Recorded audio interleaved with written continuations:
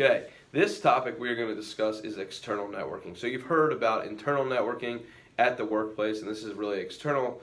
That might help you to bridge the gap between getting a job, building connections, or just establishing yourself in a network, whether it's industry specific or job specific or even skill specific. So I'm going to have Drew Silverman, marketing manager, proposal writer at Baker Tilly, discuss his experiences with external networking and some of the stuff that helped him launch his career and get him to where he is today.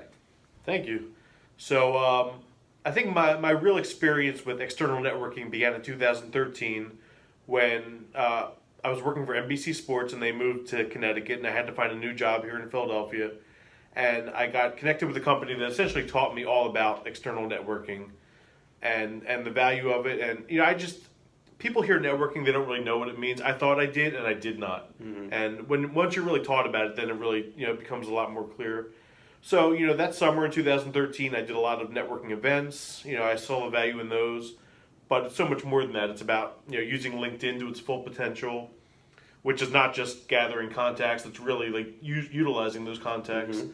Reaching out to those people, talking about the industry, building those relationships, working like developing two-way relationships where they're helping you, but you also understand that you can be of assistance to them either now or in the future. Mm-hmm.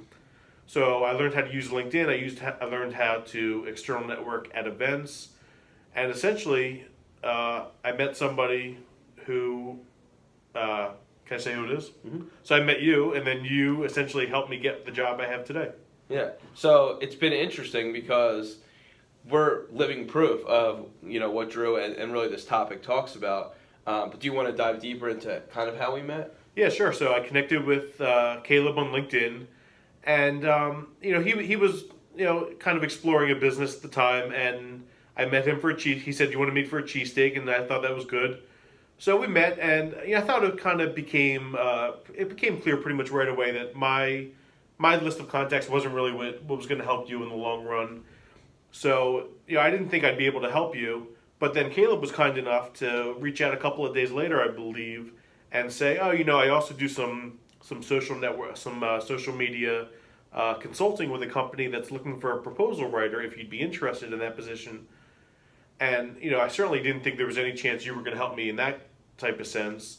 And when I looked at the job description, I had never done that. I didn't think I'd be able to get it. But what I tell people is, part of networking is that I met with somebody I didn't think could help me, who pointed me in the direction of a job that I didn't think I could get, in a career that I didn't have any experience in. And, the short story is I got the interview, I got the job, and my 5-year anniversary is coming up in a couple of weeks. And so part of external networking is just taking that chance, meeting with people in the industry, meeting with people that are of similar interests, and seeing where that takes you. Yeah, so piggyback off that, and I don't want to steal the spotlight, but because I'm in the story, I will a little bit, is, Drew's expectations were actually reversed, right? Like, his expectations were to help me out. And when he comes at it with that angle, that's all I see. So I, being the person I am, wanted to help him out. But that wasn't his expectations, where he didn't come and say, "Hey, thanks for the cheesesteak. Can you help me get a job?" Yeah. And that's what a lot of people might have done in that situation. We were also at my client, because at the time it was Jim's Cheesesteaks, and they were my client. So I kind of brought him to my comfort zone. I wanted to see how he was. We could always look at someone on LinkedIn or look at someone online, but until we really get to see them in person, we don't know who they are. Mm-hmm. Understanding your skill set, understanding the background that you have, and me maybe jumping out and saying, like, would you want to do this, rather than, hey, this is all that's out there, you have this skill, let's put them together. It wasn't like that. So I think the interesting part was, it also makes me look good if I can help my client, who I did at the time, fulfill a need, which was getting Drew. So I look like the good person there, but really none of this happens if Drew's expectations were what they were, and if he wasn't so eager to help people. So this tells you, like, when you go about networking, not always to go about it from yourself, like, to understand that. So I think for you, also the other question I want to propose is your networking experience from your first internship or job to now, how has that changed or evolved? Well, I certainly in college and right out of college had no idea what networking was. I think at that stage of my career, networking was more informal, but in a very real sense, networking led to me going from ESPN to Comcast Sportsnet here in Philadelphia. So the quick story for that is that I was living in Connecticut working for ESPN, and I would go to ComcastSportsNet.com. That's how I would get my local sports news. And occasionally I would see like a typo or an error or a factual error, and I would just click at the bottom of the contact the webmaster, and I would just say, oh, by the way, this is spelled wrong or this stat is wrong.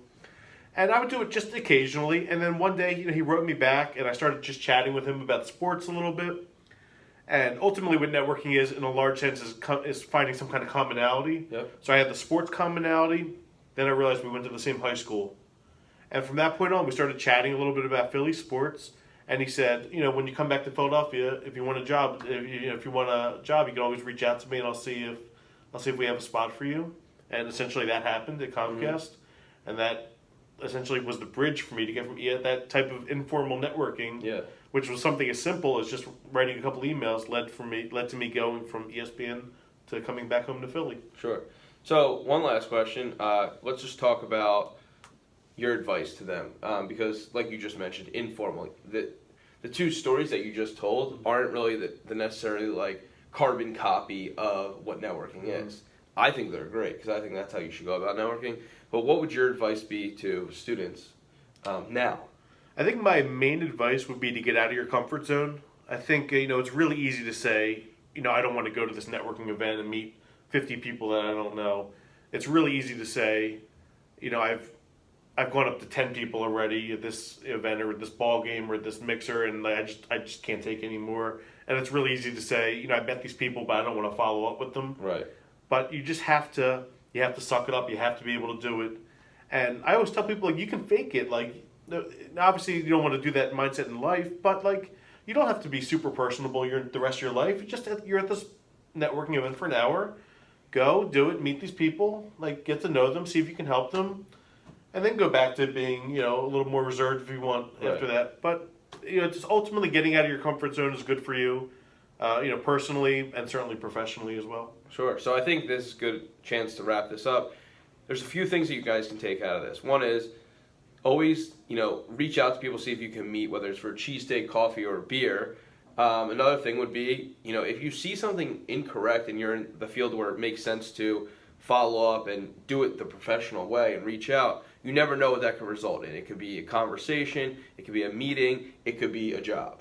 And the last thing, as Drew just mentioned, is just stepping out of your comfort zone, knowing that you could always go back to the comfort zone because you know what it is, you're familiar with that. But stepping out a little bit will just kind of broaden the horizons for your future and your career. So thank you, Drew. You're welcome.